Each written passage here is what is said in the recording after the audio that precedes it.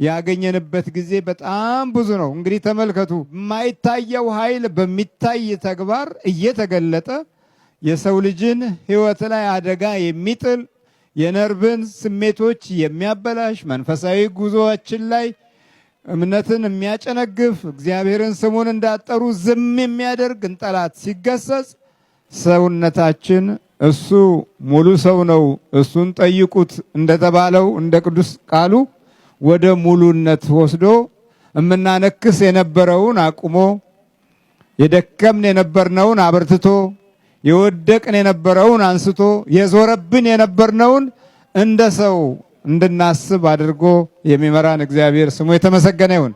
ጠፋ ወደ 20 ዓመት ነው ማቃት። በጣም ንቁ ሰው ነበረች። ቤቴ ስትመጣ መሬት ቤዝመንት ላይ ነው የገባችው ደረጃ መውጣት ስላልቻለች። ትናንትና ወከሯን አስቀምጣ ደረጃውን ስትወጣ ልጆቼ ማሚ እሷ ነች ወይስ ሌላ ሰው ይዘሽ መጣሽ ቤት አሉ። ደረጃውን ትወጣዋለች ትወርዳለች። ኧረ ጫማሽን እንኳን አውልቂ አልኳት። እንደውም ጭራሽ ማለት አይገርም። በጣም የእግዚአብሔር ስራ ድንቅ ነው፣ ድንቅ ነው የእግዚአብሔር ስራ። በደህንነትና በእምነት አናሹፍ። ብዙ አሸዋፊ ቡዳ ነክ ነገር ያለባቸው ፍጥረቶችን ወልደናል። በጣም የማዝነውና የሚገርመኝ ባህሪያችን ከየትኛውም ዓለም ወጣ ብሎ ደፋሮች መሆናችን ነው። በጣም ደፋሮች ነን። ድፍረታችን ደግሞ በትንሽ ነገር ሙሽሽ የሚል እንደው ምንም የማይረባ ለምንም የማይበጅ ማስተዋላችንም የትም ቦታ ሊደርስ የማይችል ጭንግፍግፍ ያለ ከየትኛውም አይነት ቦታ ርቆ የማይሄድ አመለካከት ያላቸው ሰው ሆነዋል። ሰው መስለዋል፣ ግን ሰዎች አይደሉም። ሰዎች ያልሆኑ ሰዎች ሲያወሩ እናንተ አትረበሹ። እምረበሽ ቢሆን ኖሮ እኮ ከዛሬ 30 ዓመት በፊት ይህንን ስራ ባቆምን ነበር። እንደሚያስፈራሩን፣ እንደሚያሳድዱን፣ እንደሚያወሩት፣ እንደሚቀልዱት ቢሆን ኖሮ እዚህም አይደረስም ነበር። ግን ይቻላል። ይውላችሁ በእግዚአብሔር ሁሉ ይቻላል። ይሄ የሚያወራው ምን የሚለው ከልክፍት መንፈስ የተለየ አይደለም። በይበርቻውን ምን መልእክት አለሽ ለሰው? ለኔ እንደደረሱልኝ እግዚአብሔር ለእናንተም ለሁላችሁም ይድረሳችሁ፣ ሁላችሁንም ይፈውሳቸው እግዚአብሔር። ለሳቸው እድሜ ይስጥልኝ። አሁን በጸሎት በርቺ። ቅዱስ ቁርባንሽን ቶሎ ቶሎ ውሰጂ። በፊት እንዳትወስጂ ነው የሚታገለው። አሁን ደግሞ ያው ሁሉም ኃይል እንደዚህ ቅስሙ ከተሰበረ በኋላ አንቺ ደግሞ በርቺ፣ መቁጠሪያሽንም ተጠቀሚ። እሺ ማለት ይሄን እንግዲህ ያው ይሄ እዚሁ ቅድስት ሥላሴ ይቀመጣል።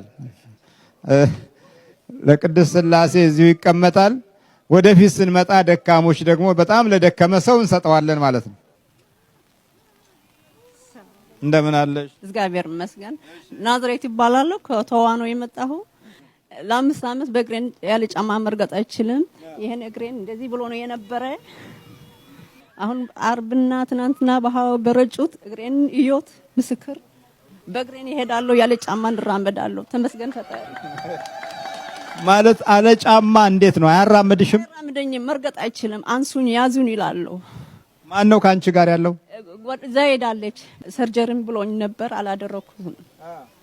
አሁን መሮጥ ትችያለሽ? እችላለሁ፣ እሮጣለሁ። ለልቤን ዛሬን ከዚህ ወደዛን ሂጃለሁ። ስትሄጂ ምን ተሰማሽ? ደስ አለኝ። ደስ ያሉት ደስ ይበሉት። ለሁሉም ምሕረት ያውርለት እንደኔ። ዘይድ እንደት ነሽ ዘይድ? እግዚአብሔር ይመስገን። እግዚአብሔር ባርክ ነው። እሺ አው የሷ ታሪክ ብዙ ነው። በሕክምና ናት። 5 ዓመት በመድኃኒት ናት እስካሁን የምትኖረው። በየ3 ወሩ መርፌ የምትዋጋው 1000 ብር ትከፍልበታለች። ለመርፌው 1000 ብር 1000 ብር ትከፍላለች። ዛሬ ግን እኔ እንጃ በስነ ስርዓት ከአርብ ጀምሮ ጸበል እንደተጠመቀች ጌታ ራሱ ፈወሳት። የሚገርም ነው በእውነት። እግርሽን አመንሽው? አመንኩ መሄዱን። አው ከጧት ጀምራ በቃ በስነ ስርዓት ሄደች። አው አሁን ይሄንን በምን ሳይንስ ነው የምትናገሩት? እስቲ ምን ልትሉት ትችላላችሁ? ውሃው እንደሆነ ከመሰረቱ እንትን ነው መጣው እንዳይባል ያው እዚህ የሚጠቀሙበት ነው። የስሙ ኃይል የተሰጠን ሞገሳችን ነው። የስሙ ኃይል የተሰጠን ጉልበታችን ነው። ስሙም ኢየሱስ ክርስቶስ ነው። እናቱም እናታችንም ቅድስት ድንግል ማርያም ናት። የመላእክት አለቃው ቅዱስ ሚካኤል ነው። አብሳሪው የምስራችና የብስራት ባለቤት ቅዱስ ገብርኤል ነው የተጠራው። በአብ በወልድ መንፈስ ቅዱስ ነው ልጅነታችን እና ሕይወታችን ሰማያዊ ኃይል እንዲኖርብን የተደረገ የልጅነት ስልጣናችን አብ ወልድ መንፈስ ቅዱስ የእግዚአብሔር ልጆች የመሆናችን የስም ትርጉም በዛ የውላችሁ ዓለምን ማሸነፍ ይቻላል። አሁን መሮጥ ትችያለሽ? እችላለሁ፣ እሄዳለሁ፣ በእግሬ እራመዳለሁ። እስቲ ሩጭበት እስቲ።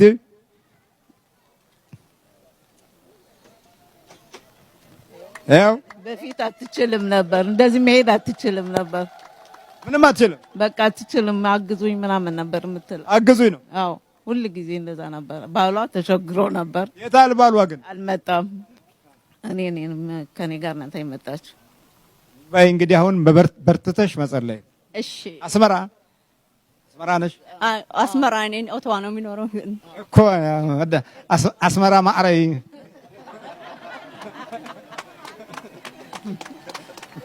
በይ በቃ እሺ። እነዚህ ሁሉ ወደ መጥመቂያው ቦታ አላደረሱትም። ጌታ ሲመጣ ታዲያ ልትድን ትወዳለህ ሲለው እሱ ደግሞ የናፈቀው ሰው ነበርና እንዲህ ብሎ ሲናገር እንሰማዋለን። ሰው የለኝም። ምን አለ? ሰው የለኝም። ሰው ማጣት ብዙ ጊዜ ችግር አለው። ለሕይወታችን ሰው ስናጣ፣ ለኑሯችን ሰው ስናጣ፣ ለጊዜ ለዘመናችን ሰው ስናጣ፣ ለወንበሩ፣ ለስልጣኑ፣ ለማዕረጉ ሰው ሲጠፋ የምንለው ቢኖር ሰው የለም ነው። አሁን ብዙ ጊዜ ቋንቋችን ይኸው ነው። ሰው የለም ነው። ሰው የለኝም ምን ያለው እሱ 38 ዓመት ሙሉ ለሱ የሚሆን ሰው አልነበረም። ስንት ዘመን ነው ሰው በማጣት የምንቸገረው? ለኛ የሆነውን ሰው አተነው ዛሬ ልክ እሱ እንዳለው ሰው የለኝም ነው ምንለው። የሚመክረን፣ የሚያንጸን፣ የሚገነባን፣ የሚያበረታታን ሰው ካጣን ዘመን አልፏል። እንድናጣ ሆነንም የተፈጠርንበት ጊዜ አለ። ሰው እንድናጣ ሆነን ተወልደናል። ሰው እንድናጣ ሆነንም ኖረናል። ሰው ሆነን ሰው ማጣት በራሱ ችግር ነው። 3 አይነት ሰው ማጣት አለ። አንደኛው ሰው ሆነን ለመወለድ ያለው ችግር ነው። አንደኛው ሰው ሆኖ መወለድ በራሱ አንድ አስቸጋሪ ነገር ነው። ለምን? የምንኖር ሰው ነገር ስላለ ከየቤተሰቡ የሚመጣብን ከየቤተሰቡ የሚተላለፍብን ነገር ስላለ ሰው ሆነን ለመወለድ ያለው ነገር በራሱ አሁን አስኪ እየሆነን የመጣው። ሁለተኛው ሰው ሆነን ከተወለድን በኋላ የምንኖረው ኑሮ ነው። ሰው ሆነን የምንኖረው ኑሮ እንደ ጊዜው፣ እንደ ዘመኑ፣ እንደ ወቅቱ፣ እንደ ሰዓቱ መገለባበጡ ነው። እንደ መናፍስት ምሪት፣ እንደ ርኩሳን መናፍስት ኃይልና ጥበብ ተገለባብጦ የምንኖረው ኑሮ በራሱ ከተወለድን በኋላ የሚገጥመን ሰው ማጣት ነው። ሰው ሆነን ከጅምሩ ስንወለድ እንደ ሰው አለመወለዳችን ነው። ከክፋት ጋር፣ ከተንኮል ጋር፣ ከምቀኝነት ጋር፣ ከዛር፣ ከመተት፣ ከተለያዩ መናፍስት ጋር ተወልደን መኖር ስንጀምር ሰውነትን እናጠዋለን። ሰው መሆንን እናጠዋለን። አሁን ሰው መሆን እየጠፋበት ያለ ጊዜ ነው። 3ኛው ሰው ሆነን ስንኖር ራሱ ሰው ሆኖ ጠላት መሆኑ ነው። ሰው ሆኖ ሰው ለራሱ ጠላት መሆኑ ነው። እነዚህ 3 ነገሮች በመጻጉዕ ጊዜም የነበረ ችግር ነው። ሰው ለሰው አጥፊ ይሆናል። ሰው ለሰው ስጋት ይሆናል። በዛን ዘመን ውስጥ የመጻጉዕ ወደ ጠበል ቦታ የሚወስደው ሰው ቢያጣ እንኳ አሁን ትልቁ ችግር በሕሊናውም ሆነ በአእምሮ ውስጥ ሰውን ማጣት ነው። ሰው የለኝም ጌታ ሆይ ነው ያለው። ጌታ ሆይ የሚለው ቃል ከተበሳጨ 38 ዓመት ውስጥ ከተኛ ሰው የማይጠበቅ ክብር ነው የሰጠው። የሆድ ብሶት የለበትም። አሁን እዚህ እንኳን ጠበል ካልደረሰን ስናማርር ነው የምንውለው። እሱ ግን ጌታ ሆይ አለ በስቃይ ውስጥ 38 ዓመት ተኝቶ ጌታ ሆይ ሰው የለኝም። ለምን እንዲህ አይነት ቃል የተናገረ ሰው አልነበረም። ልትድን ትወዳለህ የሚል ቃል የተናገረው ሰው አልነበረም። ከዚህ ቃል ደግሞ ሌላው የምንረዳው ልትድን ትወዳለህ ሆይ ነው ጥያቄው። እግዚአብሔር ምሕረቱን ያብዛልን። ሊድኑም የማይወዱ ሰዎች አሉ። እዚህ መተውም እኮ ልትድን ትወዳለህ አለ። የሚያድነው ጌታ ካጠገቡ ሆኖ ሲጠይቀው ሰው የለኝም፣ ግን መዳን እፈልጋለሁ። በጉልበቴ እንዳልሄድ ሽባ ነኝ፣ ሰው እንዳያግዘኝ ሰው የለኝም፣ ግን መዳንን ስናፍቅ 38 ዓመት ተኝቻለሁ አለ። አየት ወይ ለሱ የሚሆኑ ሰዎች እስካሁን አልተገኙም እየተሽቀዳደ። ግን ያም ሆኖ በውስጠኛው ህይወታችን ሲታይ አብዛኛው ክፍል የጨለመበት ነው። አብዛኛው እንደዛም ሆኖ እንደጨለመብን አለማመናችን በራሱ እንዴት አይነት አኳኋን ውስጥ በጥንካሬ በክፉ ኃይል እንደተገዛን ማስረጃ አያስፈልገውም። እግዚአብሔር ማስተዋሉን ይስጠን። የወንድሞቻችን ከሳሽ ተጥሏል። ስለዚህ ሰዎች ልቦናቸው፣ ህሊናቸው፣ አእምሯቸው በጠላት እጅ ውስጥ ተይዞ በክፉ መንፈስ ናውዘው ለሌላው በጎ ይመኛሉ። አንዱን አንዱ አሳልፎ ለመልካም ነገር ያበቀዋል ብሎ መገመት አስቸጋሪ ነው። በዚህ ዘመን ውስጥ ይሄው ብዙ ፍዳዎች የምናየው በቅርብ ካሉ በቅርብ ከሚያውቁን በምቀኝነትና በቅንዓት አይን ከሚያዩ ሰዎች የመጣብን ፍዳ፣ በተሰወረ መንፈስ በኩል የሚደረግብን ጥቃት፣ እነዚህ ሁሉ ከውስጥ ከተነሳ የክስ ወንጀል ነው። ከሌ ቀደመህ፣ በለጠህ፣ ሀብት አገኘ፣ ስራ አገኘ፣ ጥሩ ስራ አገኘ፣ ጥሩ ደሞዝ ይከፈለዋል እያለ ብቻ የምቀኝነት መንፈስ ካደረብን ከሳሻችን የተጣለ መሆኑን ማረጋገጫው ይሄው ነው እና ስራውን ማቆም፣ አካሄዱን ማቆም፣ እድሉን ማቆም፣ የሚያገኘውን ነገር መበተን፣ ገንዘቡን ማጥፋት እንዲችል ክፉ ሰይጣንን መላክ፣ አጥፋው፣ አባክነው፣ አደንዝዘው፣ አፍዘው የሚለው መልእክት ከዚህ ከወደቀው ከሳሽ ዘንድ የተለመደ ነው። ባህሪውን አበላሸው፣ ጠባዩን አበላሸው። ይህ ሊሆን በዚህ ጊዜ ይህ ሲሆን ሁል ጊዜ ሌላው እንቅፋትን ማሸጋገር ነው ከትውልድ ወደ ትውልድ። ይሄኛው ትውልዳችን የብዙ መቶ ዓመት እንቅፋቶች እየተንከባለሉ መጥተው ውስጡን በማጥቃት መከራ ያየ ትውልድ ነው። ያን የምናየው በስጋ በጥሬ አይን እንደዚሁ የሚታየን ነገር ጥሩ የእድገት ዘመን ነው ትላለህ አይደለም። ሲንከባለል የመጣ ግፍ፣ ተንኮል የዛሬውን ደግነት ከልክሎናል። የዛሬውን በጎነት ከልክሎናል። የዛሬውን መልካም ራዕይ ከልክሎናል። የዛሬውን ሰላምና ጸጋ ከልክሎናል። የተደበቁ በቀን ተደብቀው የተሰሩ ወንጀሎች፣ በጨለማ ተደብቀው የተከናወኑ ጥፋቶች ቀን ከሌሊት ዲያብሎስ የሰራበት ዘመን ቢኖር ዛሬ የኛ ጊዜ ነው። የኛ ጊዜ ነው። ስለዚህ ወንድሞቻችን ከሳሽ ወደ ምድር ተጥሏል። ለባህርና ለምድር ወዮላቸው። ስለዚህ በማቴሪያል የሚለካ ወይም ባለን ሀብትና ደረጃ የሚለካ አይደለም መንፈሳዊ ነገር። መንፈሳዊ ነገር ከነፍስህ የሚነሳበትን ኃይል እንድታጣ የሚፈታተን ክፉ ጠላት እንዳለ ልናውቀው ይገባል። እግዚአብሔር ስሙ የተመሰገነ ይሁን። ይህንን የምንቋቋመው ደግሞ ወደ ክርስቶስ ስንቀርብ ነው። በክርስቶስ ሥጋና ደም ስንታተም፣ በቤታችን የጸሎት ስፍራ ሲኖረን፣ እየሰማችሁ ነው፣ መንበርከኪያ ሲኖረን፣ እጃችንን ወደ እግዚአብሔር ስንዘረጋ፣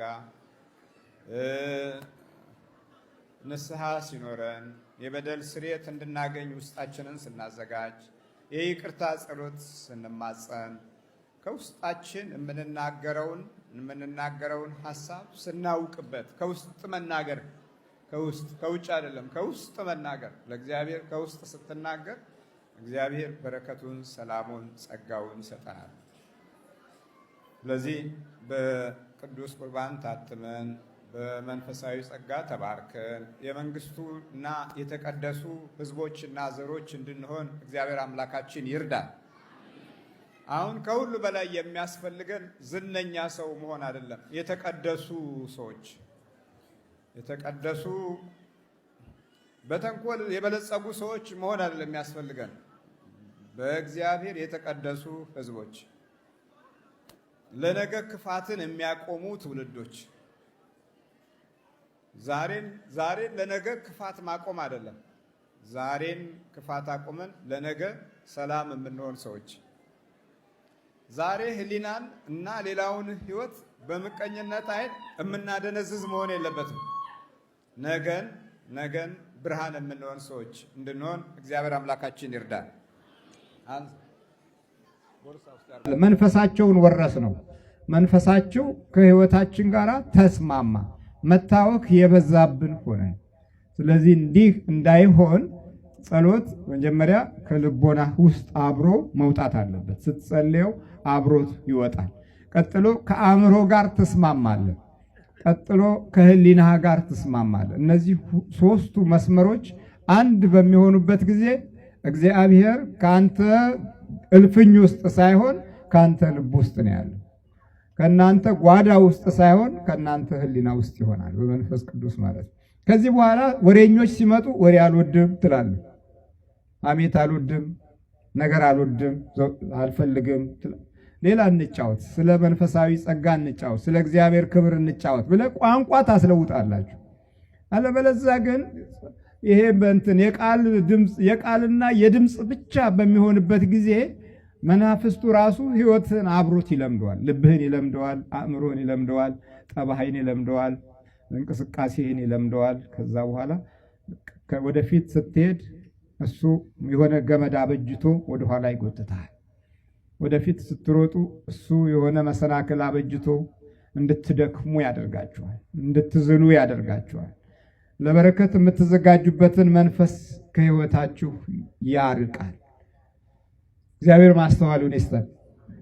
በመውጣት ብሩክ ትሆናለህ፣ በመግባት ምን ትሆናለህ አለ? ብሩክ ትሆናለህ።